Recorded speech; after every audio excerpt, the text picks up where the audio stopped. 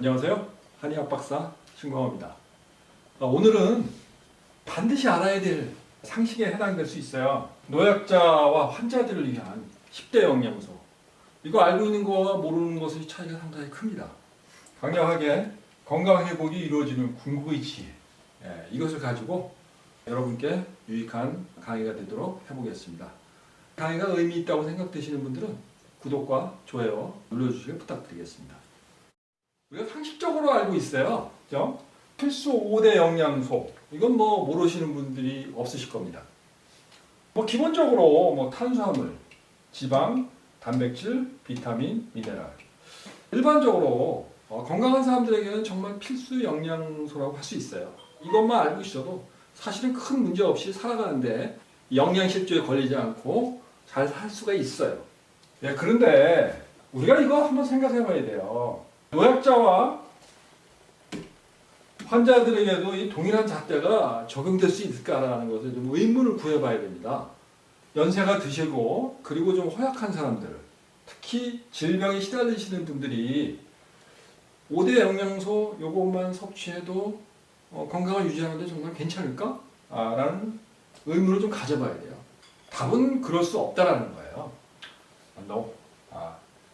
반드시 추가 영양소가 필요해요. 저는 그것은 6대 영양소, 내지 7대 영양소가 더 들어가야 된다. 이겁니다. 그게 뭐냐라는 거예요.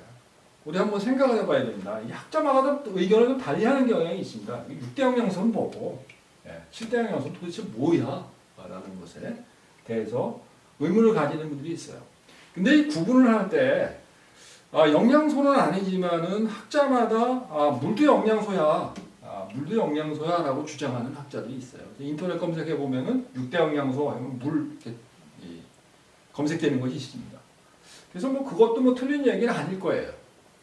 근데 제가 얘기하고자 하는 것은 6대 영양소를 주장하시는 학자분들도 꽤 많다는 겁니다. 좀 더 진보적이신 분들은 여기에다가 별도의 식물성 유기화합물 내지 섬유질 같은 이런 것들은 5대 영양소에 없는 것이면서 없으면 안 되는 필수적인 그런 영양소에 해당이 돼요. 미국 같은 경우에는 아폴로 계획이라든가 이런 걸 했는데 이럴 때 달나라까지 가가지고 음식물을 섭취시킨다든가 우주인들에게 음식물을 섭취시킬 때 5대 영양소만 철저히 압축해가지고 갖고 갔거든요.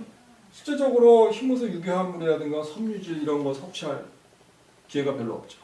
그래서 그것이 결국 우주인들의 어떤 장운동이라든가 이런 데 영향을 미칠 수 있다는 것에 대해서 알게 됐다라는 그런 이야기도 있습니다. 결국은 열악한 환경이라든가 이런 곳에 살아남으려면은 그리고 노약자들이 살아남으려면은 이런 물질이 필요할 것이다 라는 거예요. 공교롭게도 저는 이제 한의사이고 그 한의사로서 과거의 우리의 문화적인 풍습을 보게 되면은 7대 영양소를 충분히 섭취하고 있는 문화를 가지고 있어요. 대체적으로 옛날에 어르신들이 좀 식욕이 떨어진다든가 그리고 자꾸 잔병 치료를 자꾸 하신다든가 그러면 자식들이 철 따라서 보약을 그런 이제 풍습이 있습니다. 또 적어도 그런 정도로 노인을 공경하는데 어르신을 공경하는데 보약을 챙겨드리는 라고 이제 생각을 합니다. 그게 이제 그것이 뭐냐면 한약. 이게 6대 영양소와 7대 영양소를 충족시켜주는 보고죠. 식물성이 가지고 있는 각종 그 유기화합물 물질들. 이것은 물론 영양소의 5대 영양소에는 없는 것들이잖아요. 거기에다가 섬유질이 많은 음식들. 이런 것들은 한의학에서 한약재가 다 대부분 그렇게 돼 있어요. 그래서 이런 것들이 이제 7대 영양소에 해당된다. 그리고 실제적으로 많은 분들이 환절기라든가 아니면 이제 우리가 10월에서 12월 달 아니면 봄 좀 더 면역력이 떨어지고 감기를 잘 앓는다든가 이런 것을 좀 방지하기 위해 가지고 한약을 지어드렸고 그리고 한약을 지어드리면서 사실 그때의 그 환절기에서 발생되는 질병에서 충분히 이겨나가고 건강하게 살아남으시고 그러다가 어느 한 해인가는 이제 경기가 어려워가지고 아니면 좀 깜빡해서 안 해드렸을 때 보면은요 상당히 심각한 질병에 노출되셔가지고 어떤 어르신들은 돌아가시기도 하고 어떤 분들은 암 진단을 받으시고 병원에 입원하시는 케이스들을 좀 많이 봐요.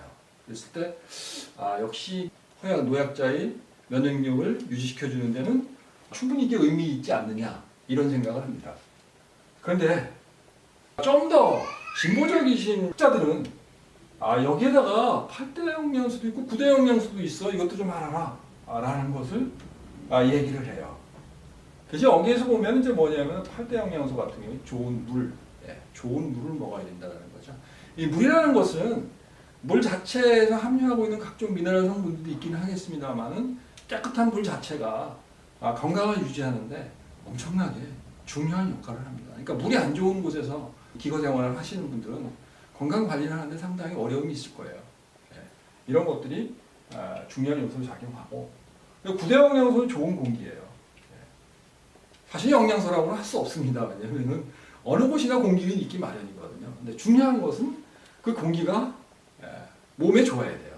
그리고 깨끗해야 되죠.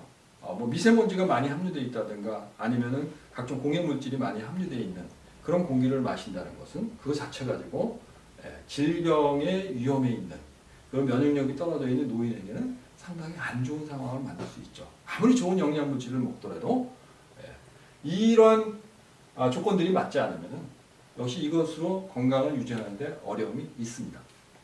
근데 이것만을 가지고 얘기를 하기에는 또 한 가지가 꼭 미흡한 게 있어요. 그래서 정말로 진보적인 학자들이 주장하는 또 하나의 영양소가 하나 있다는 겁니다. 그게 뭐냐? 10대 영양소. 10대 영양소에서 마지막 10번째 영양소는 마음입니다. 마음. 정말 화가 나서 못 견디겠다든가 우울해서 슬퍼서 이런 마음을 가지고 음식을 섭취하게 되면 과연 이게 영양물질로서 나한테 좋은 작용을 하겠냐는 거예요.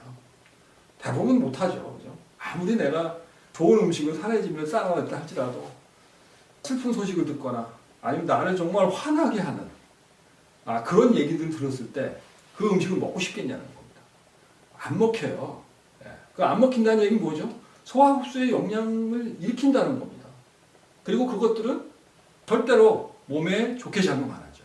그게 결국은 몸에 독소가 되고 쌓이게 돼서 질병을 만드는 그런 원인이 되지 않습니까? 그러니까 이 좋은 마음이라는 것도 어떤 마음으로 먹느냐, 음식을 먹느냐라는 것도 아주 중요한 요소라고 할 수 있어요.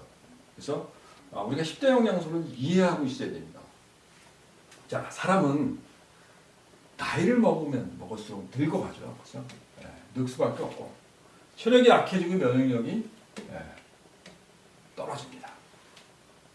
이때 섭취하는 영양소가 10대 영양소다. 이건 이해하실 수 있을 거예요. 이 10대 영양소라는 것은 결국은 뭐냐? 탄수화물, 단백질, 지방, 비타민, 무기질, 이 미네랄이죠. 여기까지 5대 영양소. 그 다음에 식물성 유기합물, 그 다음에 이제 섬유질, 좋은 공기, 좋은 물, 좋은 마음. 이것을 다시 5개로 다 합치게 되면 5대 영양소에서 5개를 합쳐서 10대 영양소가 된다. 여기까지가 정리가 되겠습니다.